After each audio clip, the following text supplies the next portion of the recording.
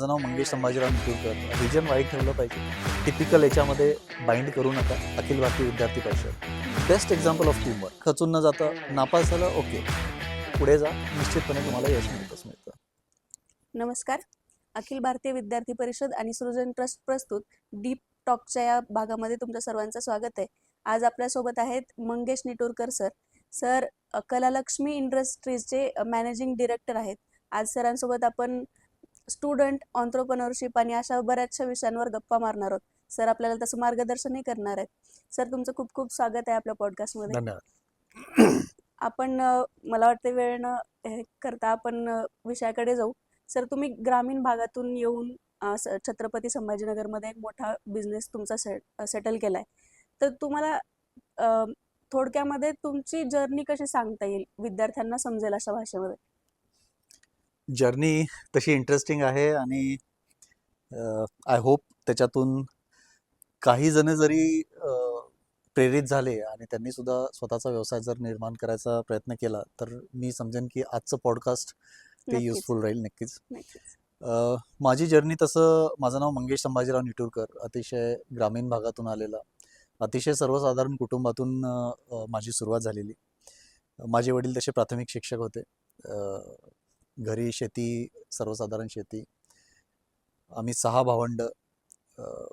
अतिशय प्रतिकूल परिस्थिती, पण त्या परिस्थितीचा आणि जे काही स्वप्न बघितले होते त्याचा कधीही असा संबंध येऊ दिला नाही किंवा अडथळा म्हणून त्याच्याकडे नाही बघितलं, तर अपॉर्च्युनिटी म्हणूनच बघितलं त्याच्याकडे.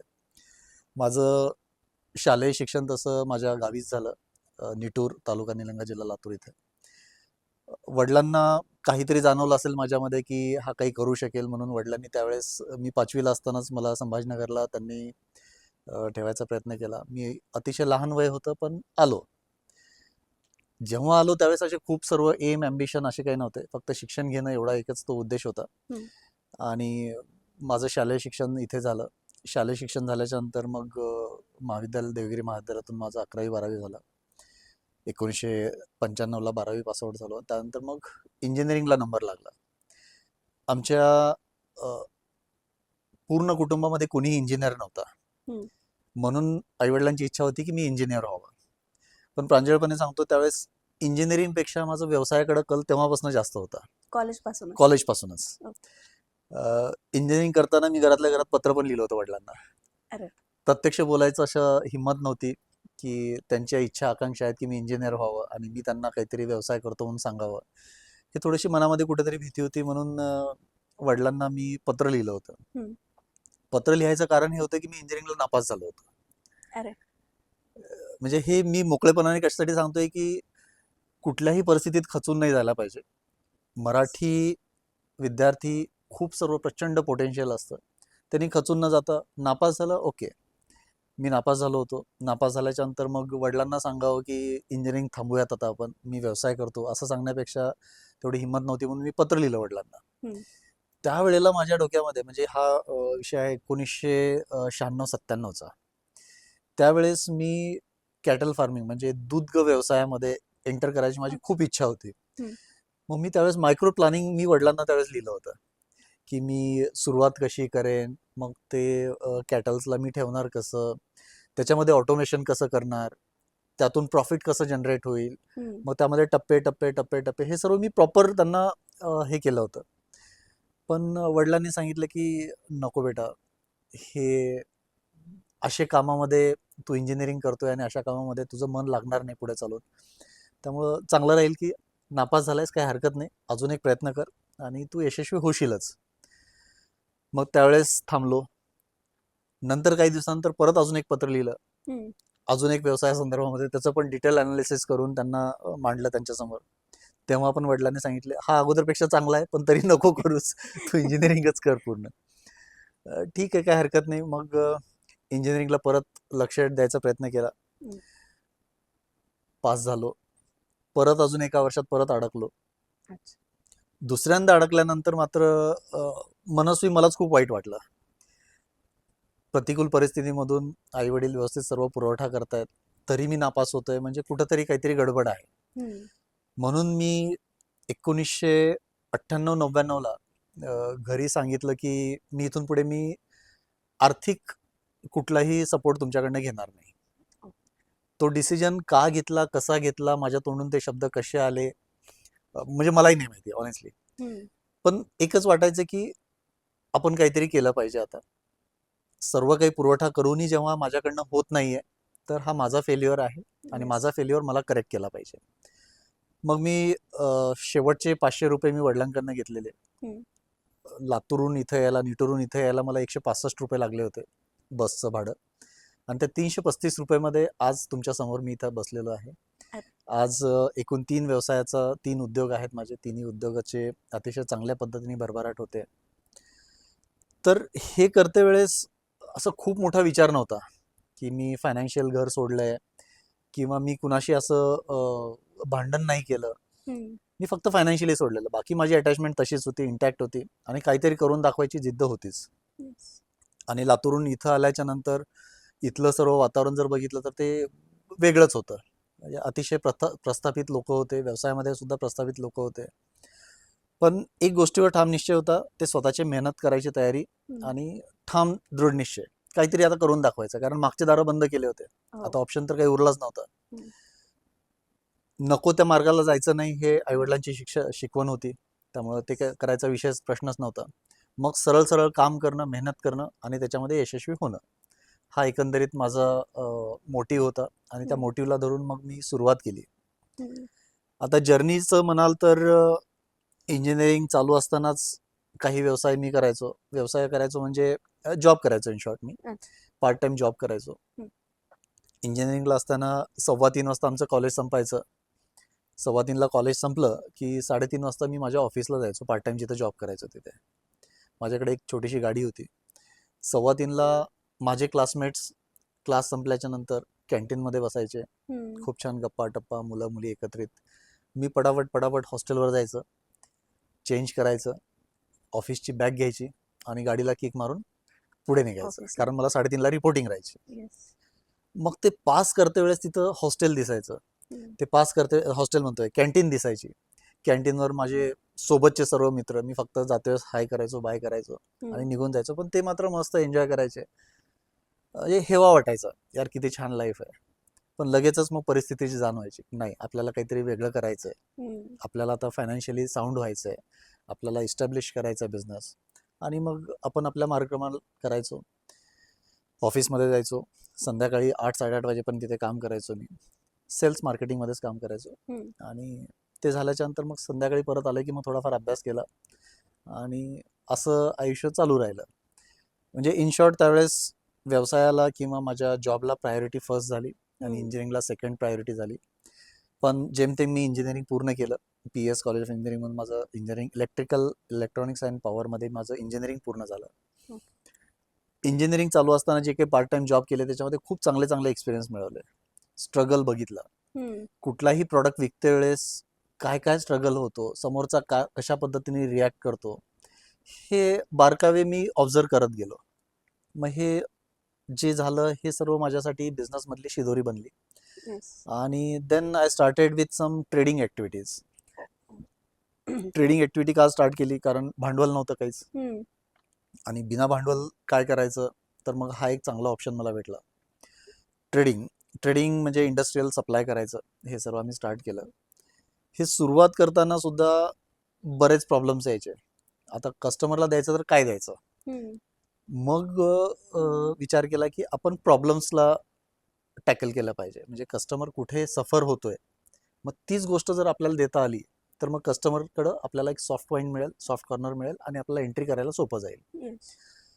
मग सर्वात अगोदर जो माझा सप्लाय झाला, 195 रुपयाचं एक बॉटल मी सप्लाय केली होती एन्ड्युरन्स कंपनीला. हम्म. आणि ती एक बॉटल 195 रुपयाची एक बॉटल सप्लाय करण्यासाठी मला जवळपास 4 ते 5 महिने काम करावं लागलं होतं. अरे. आणि 4 ते 5 महिने काम करणं without a single remuneration, without a single rupees profit, tough होतं.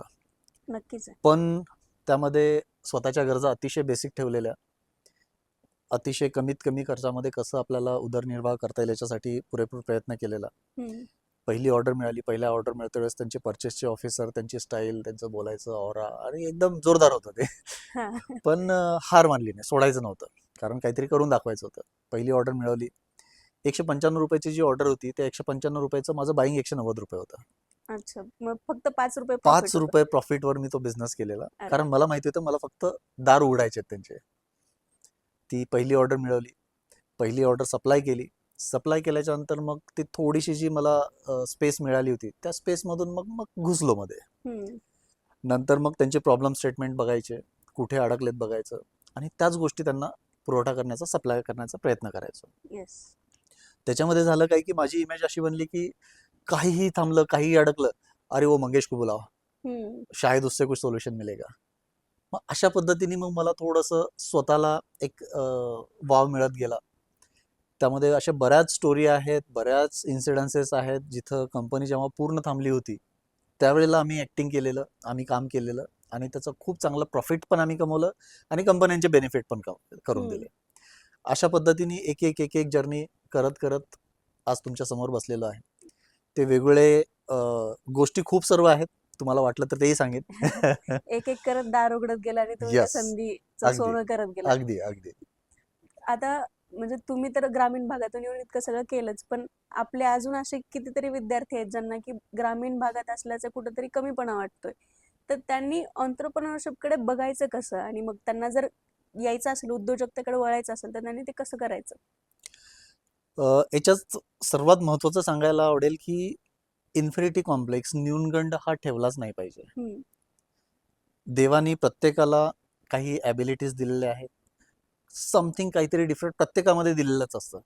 ते काय आहे स्वतः ओळखायचं हम्म, आणि त्याला कसं आपल्याला प्रमोट करता येईल, त्याला घेऊन आपल्याला कसं पुढे जाता येईल, तो अतिशय आत्मविश्वासपूर्वक आपण त्याच्यामध्ये मार्गक्रमण केलं पाहिजे.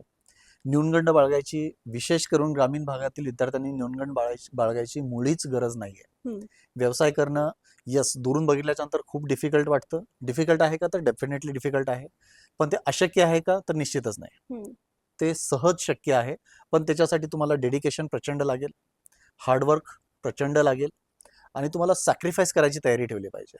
हम्म. तुम्ही जर त्या ठिकाणी म्हणाल की नाही मग मी 10 वाजताच ऑफिसला जातो, मी 5 वाजेपर्यंतच काम करणार, हे सर्व नाही चालणार. Yes. मी माझ्या करिअरमध्ये ज्यावेळेस मी स्टार्ट केलं, माझं इंजिनिअरिंग झाल्याच्या नंतर व्यवसाय सुरू करते वेळेस स्ट्रगल तुम्हाला सांगितलंच. हम्म, मग व्यवसाय करते वेळेस मग मी बाकी छोट्या कुठून ना कुठून काही जनरेशन होईल याच्यासाठी एक काम करायचो.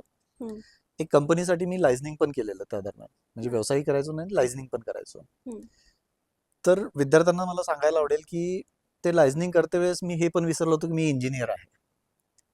त्यांचं जे काम असेल ते मी काम करायचो. इवन माझं अप्रोच अशा पद्धतीचा होता की त्यांचाही सप्लाय फॉर्च्युनेटली एन्ड्युरन्सलाच होता. हम्म, रोहतकची कंपनी होती हरियाणाची. त्यांचं जेव्हा रॉ मटेरियल इथे, त्यांचं मटेरियल इथे यायचं, फिनिश गुड यायचं, ते फिनिश गुड सप्लाय करायला लागायचं. गोडाऊनवरून कंपनीमध्ये सप्लाय करण्यासाठी त्यावेळेस रिक्षाचं भाडं लागायचं एक सर्वसाधारण ₹110. हम्म, माझा प्रयत्न असा असायचा की ते ₹110 मध्ये सुद्धा काही सेव्हिंग करून देता येईल का कंपनीला, जेव्हा की ते कंपनीला अपेक्षित नव्हतं. हम्म, पण माझ्याकडे त्यावेळेस गाडी पण नव्हती. मी एन्ड्युरन्सचाच एक परचेसवाला असा पकडला होता की त्यांना म्हणायचं की साहब आप कितने बजे आना होता है, 9 बजे मुझे ऑफिस पहुंचना होता है. मी त्यांची गाडी घेऊन मी त्यांना 8:45 वाजता पोहोचवायचो, हम्म. त्यांना गेटवर सोडायचो आणि त्यांची गाडी घेऊन मी दिवसभर वापरायचो. अरे. डील अशी होती की त्याच्यामध्ये मी त्यांना ड्रॉप करणार आणि पूर्ण महिन्याभराचं फ्युएल मी वापरायचं, मी भरायचं. हम्म, त्यांचा ॲडव्हान्टेज काय झाला की फ्युएल त्यांना मिळालं, म्हणजे फ्रीमध्ये हा. त्यांना पिकअप ड्रॉपची फॅसिलिटी मिळाली. हो, माझा ॲडव्हान्टेज काय झालं की विदाऊट इन्व्हेस्टमेंट मला त्यांची गाडी मिळाली. गाडी मिळेल वापरायला. मी अक्षरशः त्यांच्या गाडीवर, त्यांची वेस्पा गाडी म्हणजे स्कूटर टाईपमधली गाडी होती, हम्म. 100 किलो वजन सुद्धा मी त्या गाडीवर घेऊन जायचो. कशासाठी? वा. त्या कंपनीचे ₹110 वाचवण्यासाठी. मग ते ₹110 वाचवून मला काही बेनिफिट व्हायचा का? तर निश्चितच नाही. मला उलट जास्ती मेहनत करावी लागायची. हम्म, पण हे करते वेळेस माझी इमेज त्या परचेसवाल्यासमोर, माझी इमेज त्या स्टोअरवाल्यासमोर अशी झाली की यार हा माणूस म्हणजे काही करू शकतो. मग ते कुठंतरी ह्या गोष्टींची काउंटिंग होत असते. त्यामुळे विद्यार्थ्यांना मला हेही सांगायला आवडेल की तुम्ही जे काही ॲक्टिव्हिटी कराल त्यावेळेस होल हार्टेडली करा.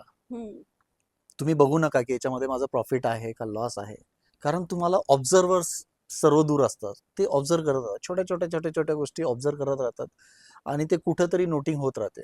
जसं आपण म्हणतो ना, देवाच्या दारी हम्म. सर्व नोटिंग हो चालू हो. असतं. हम्म, आपल्यासाठी माझ्यासाठी कस्टमरच देव असायचा.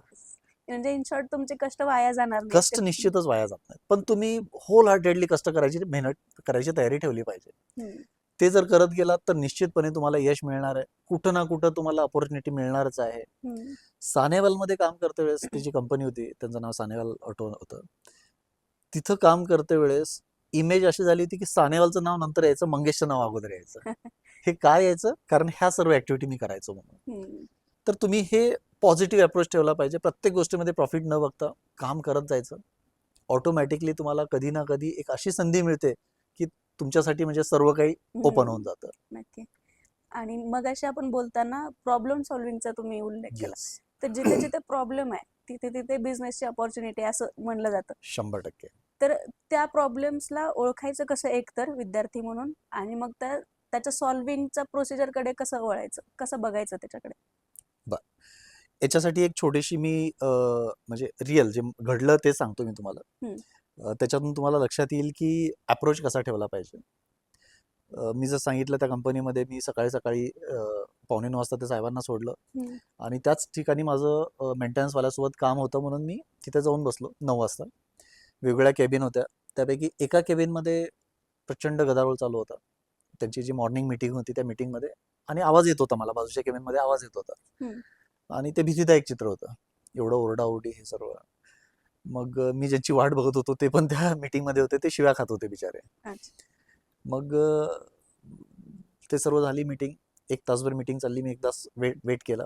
हम्म, 10 वाजल्याच्या नंतर ते जात जात ते माझ्याकडे येतच नव्हते. मी जबरदस्ती म्हटलं, सर मैं मिलने के लिए आया था आपको. कहने यार अभी मेरे पास टाइम नहीं है, बहुत परेशानी चल रही है, तू निकल जा अभी, अपन कल मिलते हैं. म्हटलं साहेब सिर्फ 2 मिनिट. हम्म, मग ते बिचारा कसा तरी आला माझ्याकडे. मग विचारलं साहब क्या हो गया? अरे मत पूछ यार, ऐसा हुआ वैसा हुआ. ते सर्व त्यांची रडगाणी सर्व झाली. ऐसा गाली पडा वैसा गाली पडा ते सर्व झालं. तो पिरियड होता दिवाळीचा. दिवाळी म्हणजे ऑटोमोटिव्ह सेक्टरमध्ये फेस्टिव्ह सीझनमध्ये प्रचंड वर्कलोड असतो. हम्म, डिमांड खूप वाढलेली असते. सप्लाईजमध्ये इश्यूज असतात आणि तो सप्लायचा इश्यू होता. इश्यू काय होता की त्यांना एक पर्टिक्युलर कंपोनंट होता, तो जपानवरून यायचा. हम्म, शिपमेंटमध्ये कस्टम्समध्ये ते शिपमेंट अडकलेलं. दुसऱ्या दिवशी जर ते मटेरियल नाही आलं तर यांच्या मशीन्स बंद होणार होत्या. यांच्या मशीन्स बंद म्हणजे यांचं प्रोडक्ट बजाजला जाणार नव्हतं. हम्म, बजाजला प्रोडक्ट नाही जाणार म्हणजे बजाजची लाईन थांबणार. बजाजची लाईन थांबला म्हणजे it is severe offence, crime. प्रचंड मोठे डेबिट येणार होते यांच्यावर आणि त्याच्यामुळे हे हम्म, सर्व गदारोळ चालू झाला. मला साहेब है क्या वो चीज? त्यांनी सांगितलं यार ऐसा ऐसा है. परत एकदा कसलाही प्लान नाही, पण मी म्हटलं की मैं ट्राय करू क्या सर? हम्म, अरे पागल हो गया है क्या तू? सिंपली म्हणजे इट वॉज हिज वर्ड्स, पागल हाँ, हो गया तू? अरे हाँ, वो जापान से आता है, तू क्या कर लेगा इधर? मी म्हटलं साहब आपके पास कोई ऑप्शन है? बोले नहीं है. तो हम्म, ऑप्शन नहीं है तो दो ना मुझे ऑप्शन फिर. नहीं होने वाला ये आपको भी पता है. Let me try. हम्म, मग ते असं म्हणजे ऐकतच नाही जिद्दी पोरगा. लहान मुलांचं म्हणणं जा कर ले, अशा हम्म, पद्धतीने त्यांनी सांगितलं. मग त्यांना म्हटलं सर ड्रॉइंग द्या. त्यांनी ड्रॉइंग दिलं. माझ्याकडे कसलाही सेटअप नव्हता, कुठल्या मशीन्स नाही, काहीच नाही. मी गेलो एका टूल रूममध्ये. ते ड्रॉइंगप्रमाणे बनवून घेतलं. त्याचं मटेरियल जे आहे मटेरियल अवेलेबल नव्हतं. मग ते मटेरियल अवेलेबल नाही तर मग काय, नियर बाय मटेरियल. हम्म, असंही तसंही मला माहिती होतं त्यांच्याकडे काही ऑप्शन नाही आहे, हाँ, माझ्याकडे काही ऑप्शन नाही आहे. हम्म, लेट अस ट्राय, करने में क्या जाता है. हम्म, म्हणून मग ते बनवलं, घेऊन गेलो लगेचच त्यांच्याकडे. 3-4 तासामध्ये घेऊन गेलो मी त्यांच्याकडे. हाँ, त्यांनी बघितल्यानंतर ही वॉज शॉक्ड. अरे ये कहाँ से लाया? हाँ, बोला साहब लाया तो देख लो एक बार. हम्म, म्हणे कैसा है क्या है? मी सांगितलं सर ते मटेरियल ते नाही आहे, पण नियर बाय मटेरियल मधलं आहे, ज्याचं केमिकल कंपोजिशन थोडंफार मॅचिंग आहे. तुम्ही ट्राय करा. झालं सक्सेस तर ठीक आहे. यार पण मोठा प्रॉब्लेम हा आहे की ते जर मी मशीनवर लोड केलं हम्म, आणि मशीन जर काही डॅमेज झालं तर माझं प्रोडक्ट उद्या येणार आहे जपानवर. उद्या येणार होतं ते 8 दिवसांनी तरी येईल. हम्म, 8 दिवसांनी आली त्यावेळेस मशीन तरी माझ्याकडे राहील. तुझ्या प्रॉडक्टनी जर माझं मशीन खराब झालं नुकसान. मग तर माझी नोकरीच जाईल. हो ना. म्हणलं सर असंही तसे तुम्ही शिव्या खाताच आहात, तुमच्याकडे काही ऑप्शन नाही आहे. तुमचं नोकरी स्टेकवर आहे मला कळतंय. ट्राय तरी करा, काय चाललंय? हम्म, मग तो बिचारा तयार झाला आणि त्यांनी जे ट्राय केलं, सरप्राइझिंगली ते चालून गेलं. अरे. सरप्राइझिंगली ते चालून गेलं. He was dam happy. मग तो लगेच आला, अरे मंगेश वो काम कर रहा है वो. बोला सर बहुत अच्छी बात है, कराओ फिर। नहीं नहीं बोले, अपने को प्लांटेड का परमिशन लेना पड़ेगा, तू चल मेरे साथ। मला चलो साहेब. भीती तर नव्हतीच कधी. हा. भीती कधी असते, ज्यावेळेस आपल्याकडे सर्व काही आहे आणि काही लूज करायचं त्यावेळेस भीती असते. माझ्याकडे काहीच नव्हतं. Nothing I to was lose. Nothing to lose. त्यामुळे let us try, let us go. तुम्ही काय एमडी म्हणजे प्लांटेड का एमडी साहेबांसमोर नेऊन उभा करा आणि तिथं येऊ म्हटलं. मग गेलो आम्ही प्लांटेड साहेबांकडे. प्लांटेड साहेबांनी एक्सप्लेन केलं. अगोदर मला बाहेर उभं केलं केबिनच्या आणि मध्ये जाऊन एक्सप्लेन केलं. आणि साहब ऐसा ऐसा हुआ था, ऐसा ऐसा एक लड़का है अपना वेंडर है, उसने ये सब किया है. मग त्यांनी सर्व इनपुट्स घेतले प्लांटेड साहेबांनी आणि त्याला बोलला, बुला उसको अंदर. मला बोलवलं मध्ये. मला विचारलं कैसा किया. बोला कुछ नहीं साहब, ऐसा ऐसा किया, ये सब हुआ and I was not confident but I tried my level best. तो बोले और कितना बना सकता है. बोला सब मैं कोशिश करता हूँ जितना हो सके, आप बोलो, मैं कोशिश करता हूँ देने का. कल सुबह तक कितना दोगे, मुझे 40 पीस दोगे. बोला सर कोशिश करता हूँ. बोले कॉस्ट क्या है. तिथपर्यंत मला अंदाज आला होता की हे कशा पद्धतीने अडकलेले आहेत. तर आता अपॉर्च्युनिटी आहे, यांचं तर प्रचंड नुकसान होणार होतं, आपण थोडासा फायदा करून घेऊयात. मी सांगितलं सर 1110 रुपयाची, 1110 रुपये इसका कॉस्ट रहेगा. परचेस वाला लगेच बोलवलं, उसको 1110 से 200 पीस का ऑर्डर दे दो. मला अपेक्षित होतं की 1110 कॉस्ट ज्यावेळेस सांगतोय हे निगोशिएट करून 700-800ला मला देतील.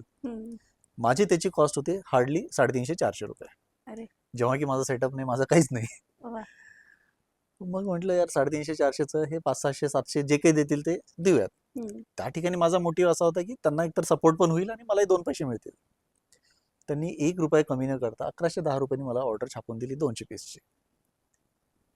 आहे त्या परिस्थितीमध्ये मी ते मटेरियल बनवलं, दुसऱ्या दिवशी त्यांना सप्लाय केलं, त्यांची लाईन चालू झाली. त्याच्यानंतर जवळपास 1.5-2 वर्ष फक्त मी सप्लाय करत होतो त्या ठिकाणी. जपानची ऑर्डर बंद झाल्या. नंतर मला कळालं की तो प्रोडक्ट जपानवरून जो यायचा त्याची कॉस्ट 11,000 रुपये होती. अरे 11,000 10 रुपयाचा times. प्रोडक्ट मी 1110 रुपयामध्ये त्यांना देत होतो. डेफिनेटली माझ्या प्रोडक्टची लाईफ तेवढी नव्हती जेवढी ती, पण ऑलमोस्ट 60-70% लाईफ अचीव होते. स्टील ती कंपनी प्रचंड बेनिफिटमध्ये होते. ॲट द सेम टाइम मी पण प्रचंड बेनिफिटमध्ये होतो. तर हे अशा पद्धतीचा अप्रोच, म्हणजे तुम्ही नाही म्हणणं सोडून द्या. म्हणजे आमच्या डिक्शनरीमध्ये नाही हा शब्दच नसायचा. करायला काय जाते, प्रयत्न करायला काय जाते, कोशिश करने वालों की हार नाही येस होती. एक्झॅक्टली. आणि त्यांचा तितका मोठा प्रॉब्लेम होता, ती तुमच्यासाठी तेवढीच मोठी अपॉर्च्युनिटी बनून आली अपॉर्च्युनिटी होती. एक्झॅक्टली. त्यामुळे म्हटलं की जिथं प्रॉब्लेम आहे तिथं अपॉर्च्युनिटी 100% आहे. त्यामुळं तुम्ही नेहमी तुमचं विजन वाईड ठेवलं पाहिजे. तुम्ही स्वतःला एक टिपिकल याच्यामध्ये बाइंड करू नका. विजन वाईड ठेवा आणि वाईड विजन ठेवून तुम्ही पुढे जा. निश्चितपणे तुम्हाला यश मिळतच मिळतं. येस. आणि सर तुमचा हा जो काही प्रवास आहे, म्हणजे हा तर इंटरेस्टिंग तर आहेच, हा. पण याच्यामध्ये काही तुम्हाला मेंटर्स असे तुमच्यासाठी होते का, की ज्यांनी तुम्हाला काही गोष्टी हँड होल्ड करून सांगितल्या असतील किंवा कुठे तुम्ही अडकला असेल तिथे तुम्हाला मदत केली असेल, तर हा मेंटर तुमच्या लाईफमध्ये कोणी आहेत का? मे बी तुम्ही ऍक्सेप्ट कराल, डिनाय कराल माहिती नाही. माझ्यासाठी मेंटर माझी परिस्थिती होती. परिस्थिती ही सर्व काही शिकवून जाते हे जे म्हणतात, हे माझ्या बाबतीमध्ये तंतोतंत खरं होतं. परिस्थितीने मला शिकवत गेलं आणि ते मेन मेंटर माझ्यासाठी परिस्थितीच होती माझी. आणि जर कुणाला शोधायचाच असेल मेंटर, की मला समजतच नाहीये पुढं कसं जायचं आणि मला असं कोणीतरी पाहिजे ज्यांनी की मला समजून सांगितलं पाहिजे, हा, तर त्यांना शोधलं कसं पाहिजे? बघा, पॉझिटिव्ह विचारसरणीचे लोक भरपूर तुम्हाला सापडतील. त्यांना अप्रोच करणं बऱ्याचदा डेफिनेटली अवघड जातं, पण ते अशक्य नसतं. तुम्ही बघा, थोडंसं स्वतःचं विजन वाईड ठेवा, डोळे उघडे ठेवा, बघा नीट, जे म्हणतात त्या पद्धतीने निश्चितपणे आपल्याला चांगले चांगले मेंटर मिळू शकतात. तुम्हाला अगोदर करायचं, मी मागे सुद्धा जसं बोललो की तुमच्यामध्ये अशी काय खासियत आहे ते स्वतः अगोदर ओळखा. म्हणजे बरेच जण असे पण येतात की मला बिझनेस स्टार्ट करायचा, मी काय करू. ह्या प्रश्नावर मला खरंच राग येतो.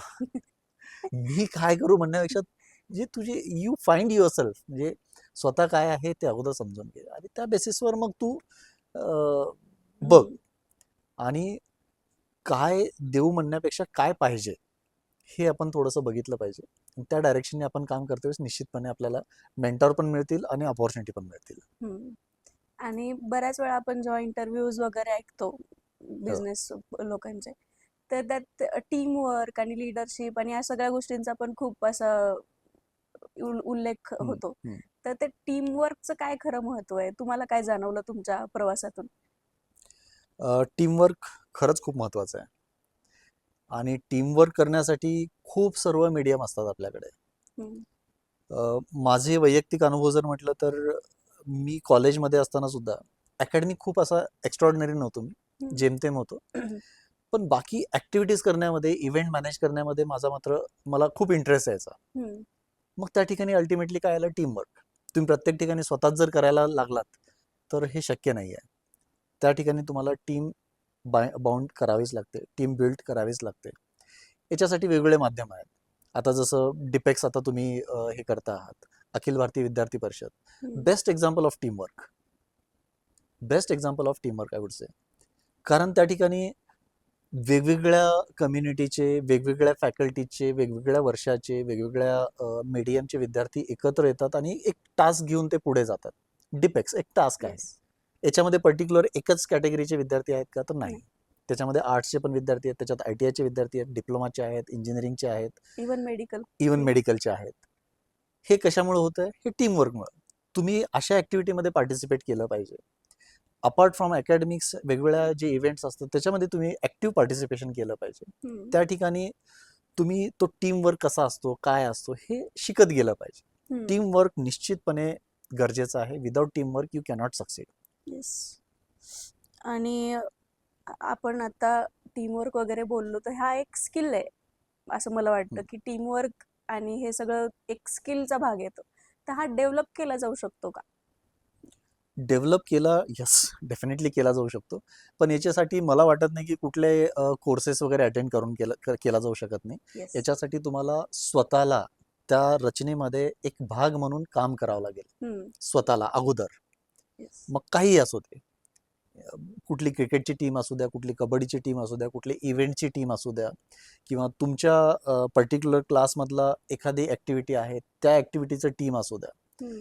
तुम्हाला वेगवेगळ्या ऑपॉर्च्युनिटी येतील, त्या टीममध्ये जाऊनच तुम्हाला शिकावं लागेल. त्याचे काही वेगळे कोर्सेस करून करूनच. काही होणार. येस. यस. ओके. आता शेवटचा एक प्रश्न म्हणून, येस. की तुमचे हा जो प्रवास आहे, हा म्हणजे मी म्हणले तसंच इंटरेस्टिंग तर आहेच. तर ह्याच्यातून शिकलेल्या तुम्ही ज्या गोष्टी शिकलात त्या गोष्टी तुम्हाला जर विद्यार्थ्यांना सांगायच्या असतील तर त्या टॉप 3 गोष्टी काय असतील? ओके. मी एक ॲडव्हर्टाईज बघितली, मे बी तुम्ही सर्वांनी पण बघितली असेल. ती ॲडव्हर्टाईज मग इतकी इम्प्रेसिव्ह होती आणि मला इतकं छान मोटिवेट केलं त्या ॲडव्हर्टाईजने. ती ॲडव्हर्टाईज काय होती, की ब्रिटनमधला एक स्ट्रीट असतो. आपल्याकडेच दाखवली गेलेली ॲडव्हर्टाईज आहे, ते अजूनही कधी कधी दाखवली जाते. त्या स्ट्रीटवर जे डिफेन्सचे टँक्स असतात ना, रणगाडे, त्याचं मार्च पासिंग चालू असतं. मार्च पास चालू असल्यामुळं रस्त्याच्या दोन्ही बाजूला लोक उभे आहेत, मिलिटरीचे ऑफिसर्स ते टँक चालवत आहेत. मग ते टँक चालू असल्यामुळे बाकी सर्व ट्रॅफिक काहीच नसते. दोन्ही बाजूला लोक उभे आहेत, टाळ्या वाजवत आहेत, प्रोत्साहन देत आहेत, सर्व करतायत. त्यातला एक सुटाबुटातला माणूस, बॅग अडकवलेली, मार्केटिंगचा माणूस, त्याच्या आविर्भावावरून लक्षात येतं. त्याला जायचं असतं, त्याला घाई असते, पण आता जायला सोर्स नसतो त्याच्याकडे, कारण ट्रॅफिक सर्व म्हणजे थांबवलेली आहे, कारण टँक्स तिथून चालले. तो काय करतो, त्या टँकला लिफ्ट मागतो. अच्छा. हे इमॅजिन करू शकतं कोणी की टँकला लिफ्ट मागेन म्हणून मी? ते डिफेन्सचे टँक. पण तो लिफ्ट मागतो आणि सरप्राइझिंगली एक टँक थांबतो आणि त्याला लिफ्ट मिळते. आणि त्याची टॅगलाईन होती, पूछने में क्या जाता है. तर तुम्ही नेहमी ही गोष्ट लक्षात ठेवली पाहिजे की पूछने में क्या जाता है. एकतर तो हो म्हणेल, नाही तर नाही म्हणेल. त्यामुळे कुठलेही काही असू द्या, जस्ट गो अँड आस्क. तो हो म्हटला, तुमचं बेनिफिट आहे. नाही म्हटलं, नेक्स्ट तुम्ही त्या ठिकाणी जाऊन विचारू शकता. त्यामुळं तुम्ही इन्फिनिटी कॉम्प्लेक्स ठेवू नका. मी याला कशाला विचारू, मी त्याला कशाला विचारू. You keep on asking so that you'll get solution. Until unless you get solution, keep on asking. हे एक तुम्ही निश्चितपणे ठेवलं पाहिजे. दुसरं, माझं ह्या गोष्टीवर खूप ठाम विश्वास आहे, तुम्ही तुमचं आयुष्य हे चारित्र्यवानच ठेवलं पाहिजे.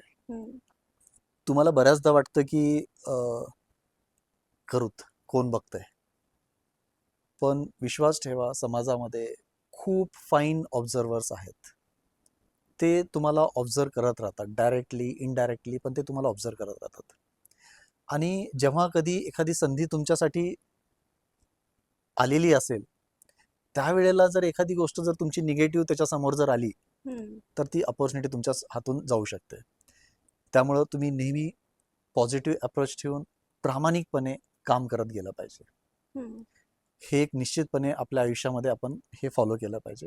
आणि तिसरं सर्वात महत्त्वाची, जसं मी तुम्हाला सांगितलं, की बिझनेस करते वेळेस मी हे सर्व केलेलं आहे आणि हे तुम्ही घ्या, हा अप्रोच न ठेवता समोरचा कस्टमर कुठे अडचणीत आहे, त्या ठिकाणी तुम्ही काय देऊ शकता, हम्म. बेटर काय देऊ शकता, ज्यामध्ये त्याचाही बेनिफिट होईल कस्टमरचा आणि तुम्हालाही 2 पैसे मिळतील, अशी बरोबर. संधी ती बघितली पाहिजे. प्रॉब्लेम स्टेटमेंट बघून त्याच्यावर तुम्ही सोल्युशन देता आलं पाहिजे, तरच तुम्ही तुमच्या आयुष्यामध्ये पुढे जाऊ शकाल. ह्या 3 गोष्टींचा उपयोग तुम्ही केला पाहिजे. येस. इन्फिनिटी कॉम्प्लेक्स मुळीच नका ठेवू. हम्म. स्वतःचं कॅरेक्टर नेहमी मेंटेन ठेवा, चांगलं ठेवा. आणि संधी जिथं आहे, प्रॉब्लेम जिथं आहे तिथं संधी आहे, या गोष्टीवर विश्वास ठेवा. नक्कीच. येस. थँक्यू सर, तुम्ही तुमच्या इतक्या बिझी शेड्यूल मधून वेळ वेळ काढून आमच्यासाठी आलात थँक्यू. आणि विद्यार्थ्यांना एवढं छान मार्गदर्शन तुम्ही दिलं. आणि तुम्ही पण इथपर्यंत हा पॉडकास्ट ऐकलात त्याच्यासाठी धन्यवाद. असेच इथून पुढेही डीप टॉकच्या या पूर्ण प्रोजेक्ट सोबत तुम्ही जोडलेले राहाल अशी अपेक्षा आहे. आणि असेच वेगवेगळे अजून चांगले चांगले पॉडकास्ट आपण घेऊन येत राहू. आज सरांनी आपल्याला बऱ्याचशा विषयांवर खूप छान गोष्टी सांगितल्या, कसं आपण आपलं कॅरेक्टर एक मेंटेन केलं पाहिजे, किंवा कसं आपण बिझनेसकडे पाहिलं पाहिजे, किंवा प्रॉब्लेम्स, एखादी प्रॉब्लेम आपल्यासाठी किती मोठी अपॉर्च्युनिटी बनून येऊ शकते, हे आपण सरांकडून आज शिकलो. तर थँक्यू. असंच इथून पुढे जोडले जा. आणि सर, तुमचे परत एकदा खूप खूप आभार. धन्यवाद. धन्यवाद. धन्यवाद. धन्यवाद.